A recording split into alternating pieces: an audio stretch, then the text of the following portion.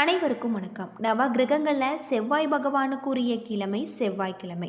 அது மட்டும் இல்லாமல் கிழமை என்றாலே உரிமை என்று பொருள். செவ்வாய் பகவானுக்கு உரிமையான நாள் என்பதால் செவ்வாய்க்கிழமை என குறிப்பிடப்படுது. முருகனுக்குரிய திதி நட்சத்திரம் கிழமை என 3 விதமான விரதங்கள் கடைபிடிக்கப்படுது.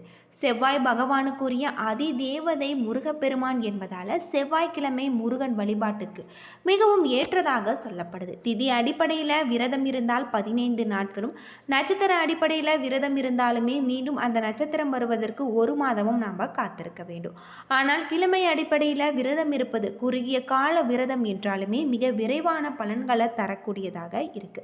செவ்வாய்க்கிழமை நாட்களில் வெற்றிலை தீபம் ஏற்றி முருகப்பெருமான மனதார வழிபட்டு வருவதன் மூலம் நம்முடைய வாழ்க்கையில் இருக்கக்கூடிய பிரச்சனைகளுக்கு தீர்வு கிடைக்கும். அது மட்டும் இல்லாமல் ஜோதிட ரீதியாக உங்களுடைய வாழ்க்கையில் இருக்கக்கூடிய பிரச்சனைகளுக்கு தீர்வு கிடைக்க வேணும்னா ஸ்கிரீனில் தெரியிற நம்பருக்கு கால் பண்ணுங்க.